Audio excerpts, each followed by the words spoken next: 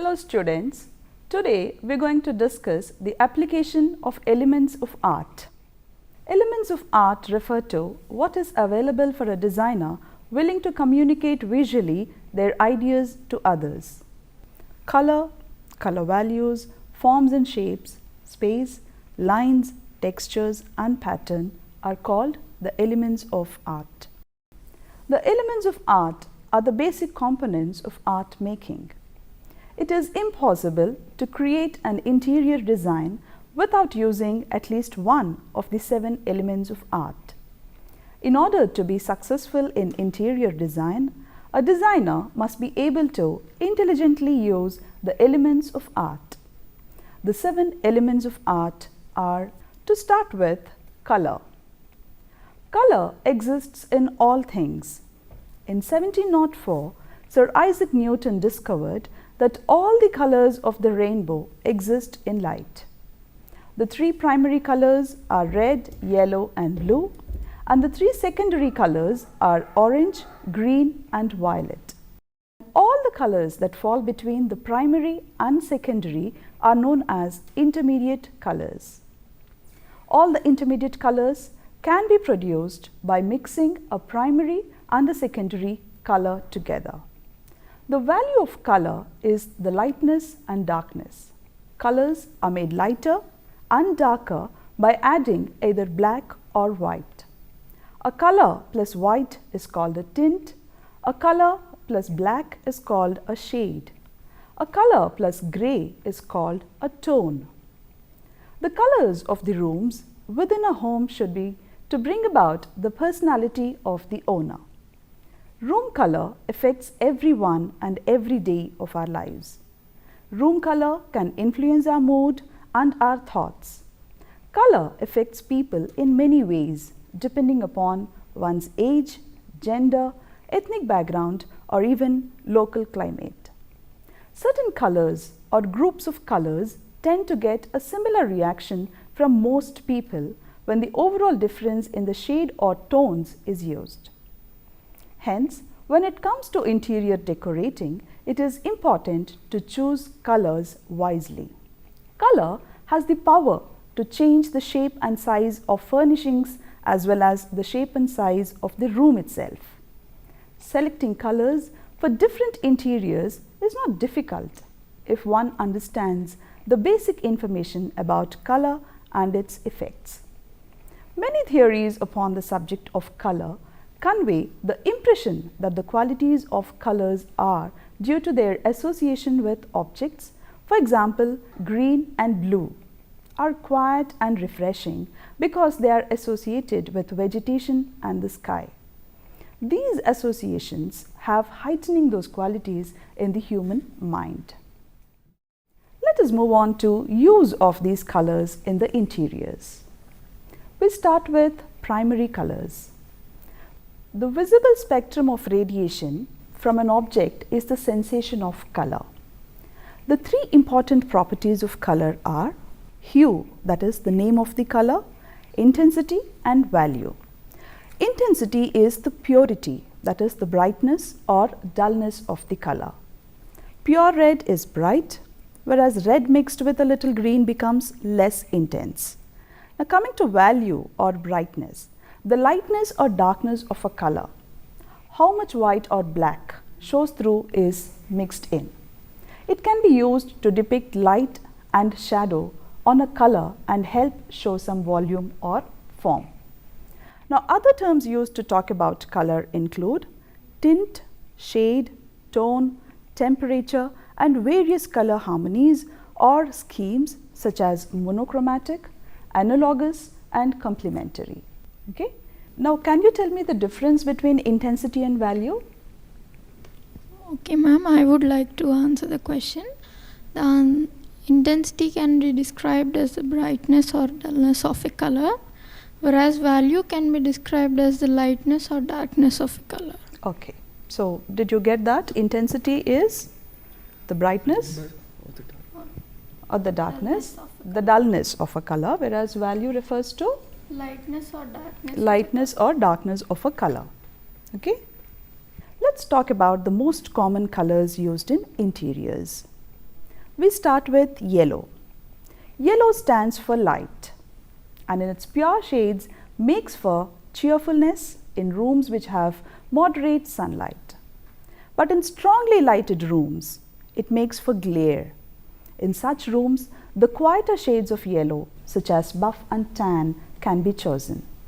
When using quiet tones in a highly lighted room, one can take advantage of things as awnings, shades, blends, blinds and curtains, rich and heavy enough to modify and diffuse or garnish light to happy glow.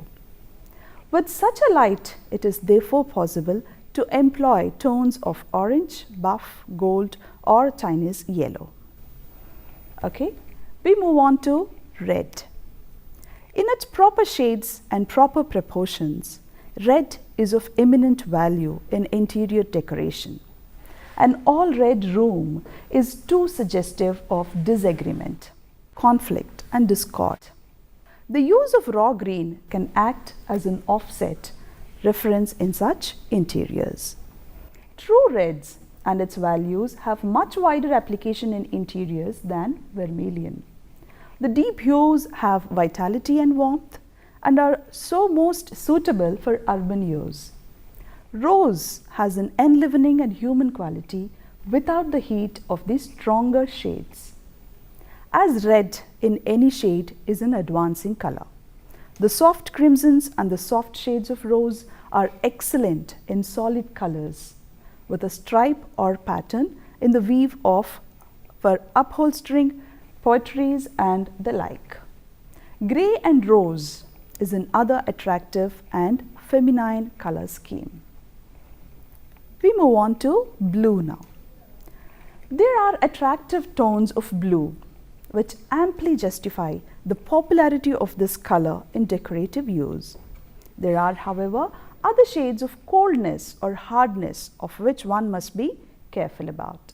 Another difficulty is the use of blue to which attention must be called for, that is, when using it with other colors. Another difficulty with the use of blue is difference in tones, because slight tone differences often enough to result in discord. By nature, blue is cool, but a little warm accentuating colors makes the room warm and a place in which to live. With these reservations, blue is recommended by designers, especially in its grade or medium and peacock shades, and in proper combination it possesses refinement and elegance. Moving on to secondary colors, right? Green. Green is another color which also cools in many shades, but naturally not so much as the blue does. If a greater proportion of yellow is introduced, it becomes warmer and more advancing. As seen in nature, these two colors of blue and green in sky and sea and vegetation shows their appropriateness in larger masses than with the reds and yellows and brighter blues. Green is an eminently suitable color in its soft tones for rugs and properties, and olive green is rich and handsome. But like brown, it must be employed in moderation if heaviness is to be avoided. Blue greens are frequently used in painted furniture, and when sufficiently relieved with other colors are excellent for this purpose. Green is used as a background in combination, but an all green room would be almost unbearable in its influence even in the lighter shades. That is about green. We move on to violet, mauve and mulberry. Effective rooms for women can be created by using lighter shade of mauve.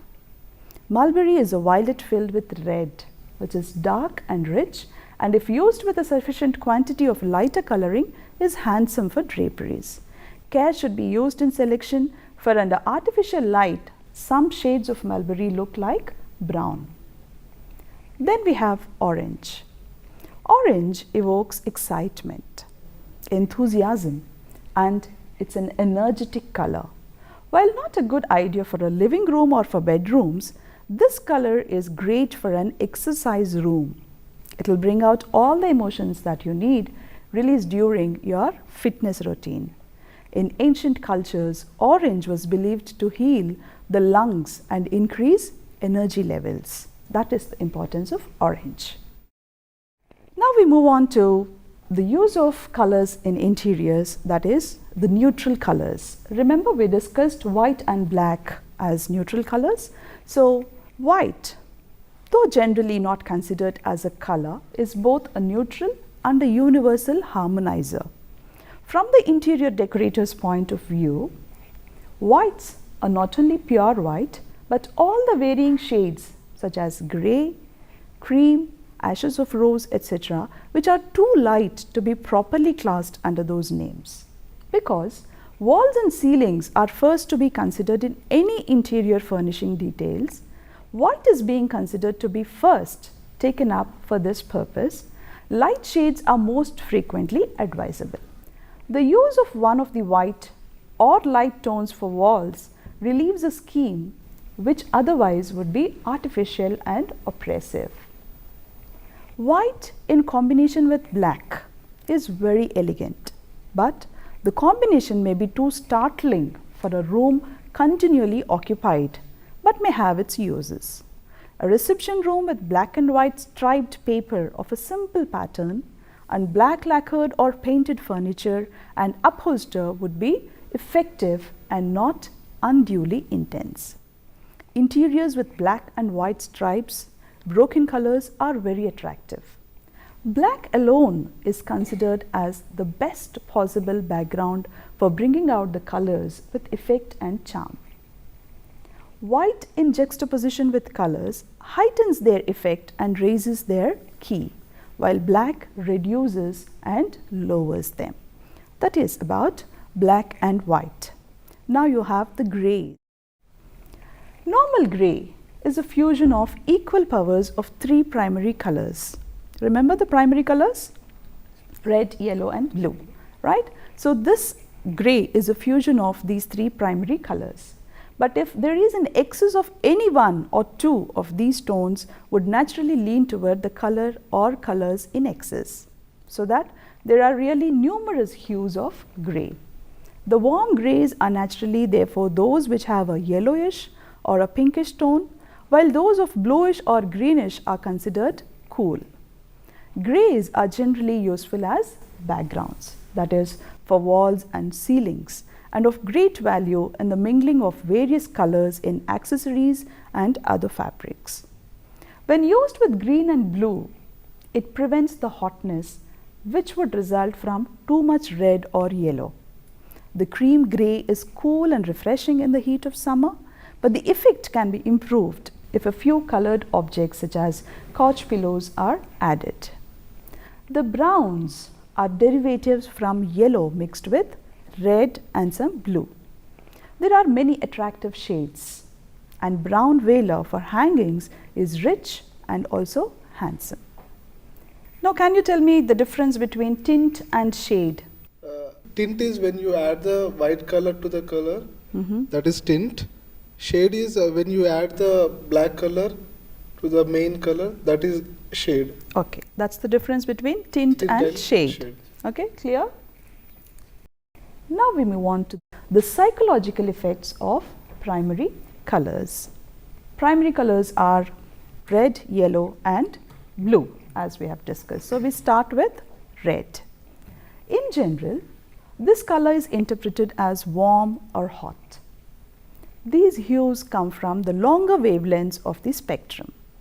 Warm colors from this area of the petal include raspberry, strawberry, cherry, watermelon, rose, geranium, cranberry, maroon, burgundy, wine, ruby and crimson, which have the feeling of advancing toward the viewer.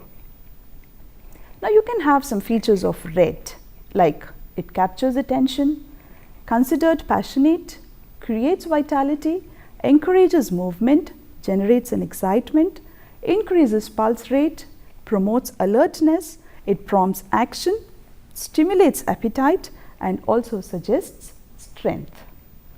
Now we move on to pink. Pink in general is interpreted as warm or hot color. The hues come from the longer wavelengths of the spectrum. Colors from this area of the palette include pink, rose, magenta, mauve, fuchsia, hot pink, shocking, pink, bubblegum, carnation, primrose, petal pink, blush, peony and powder. Now it has features like it can be considered tender, it conveys a delicate disposition, expresses feminine quality, implies innocence, it inspires compassion, nurtures affection, promotes healthy impression and also radiates a caring attitude. Next we move on to yellow. In general, this color is also interpreted as warm or hot. These hues come from the longer wavelengths of the spectrum.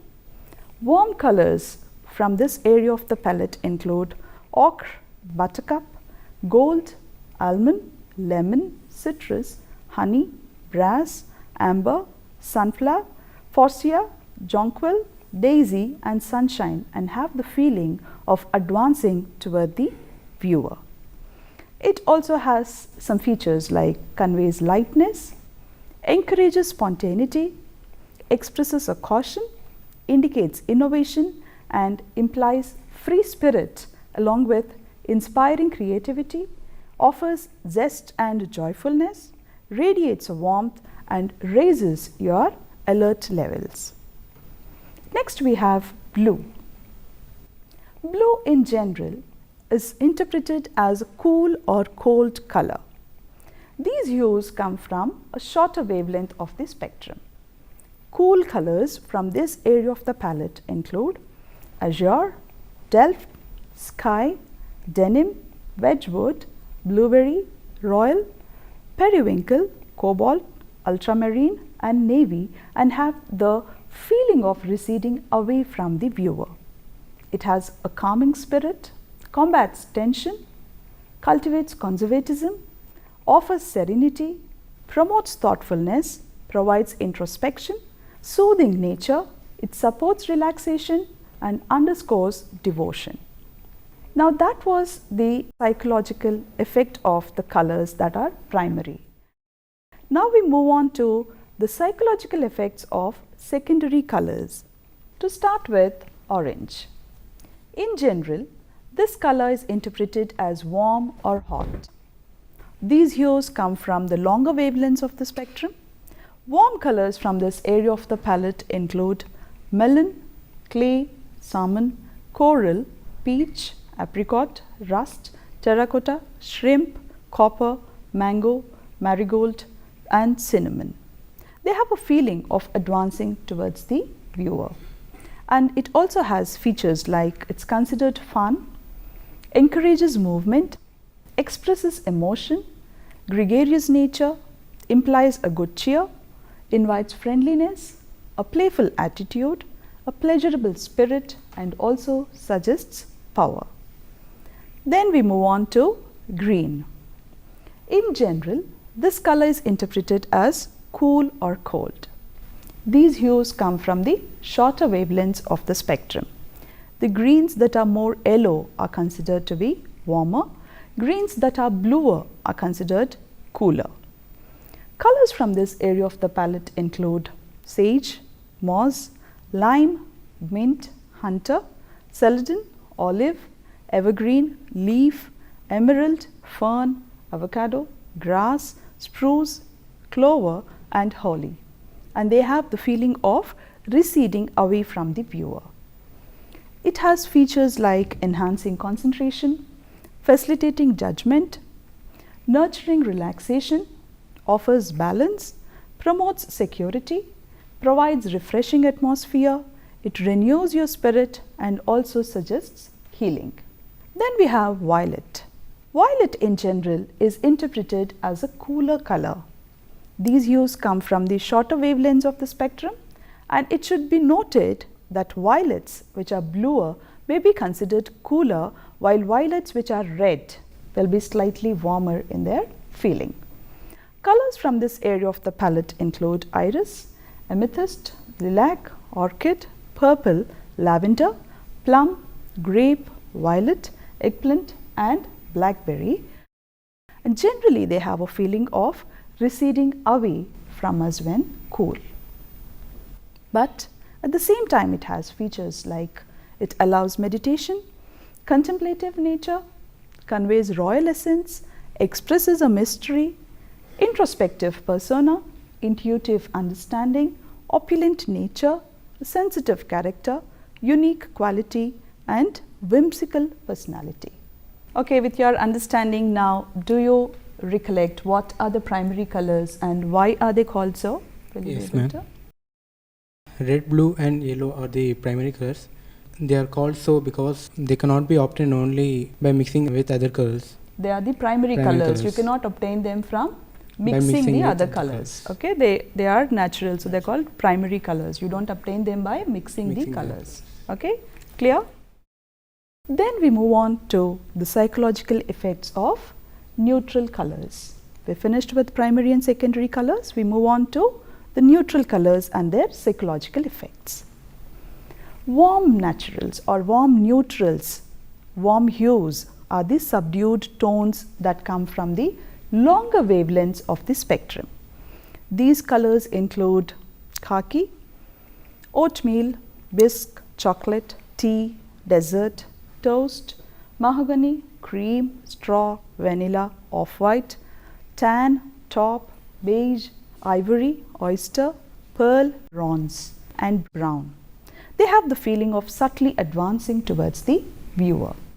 It's comfortable in attitude, conservative nature, implies a stability, communicates gracefulness, promotes secure feeling, suggests subtle warmth and versatile in nature. Now cool neutrals. In general, this color area is interpreted as cool. These hues include colors of fog, ebony, stainless, pewter, smoke, ash, chrome, white, frost, grey and charcoal, etc. And they have a feeling of subtly receding away from the viewer. Implies sophistication, introspective nature, soothing atmosphere, subdues emotional response, suggests subtle coolness and versatile nature. Right? Then finally we have learnt the elements of art are the basic components of art making. It's impossible to create an interior design without using at least one of the 7 elements of art, and in order to be successful in interior designing, a designer must be able to intelligently use the elements of art. Any interior design can also be analyzed according to the use of elements and their effects on the people. Color can be incorporated in interiors, taking the color psychology to one's advantage when going through your selection process. Color meanings are useful and can help one build a successful interior design schemes.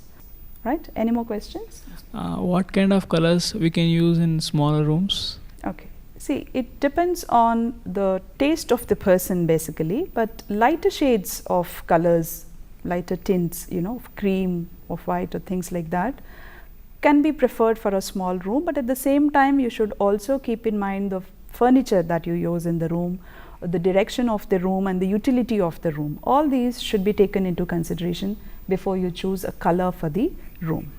Okay. Hope you all understood part 1. Thank you very much.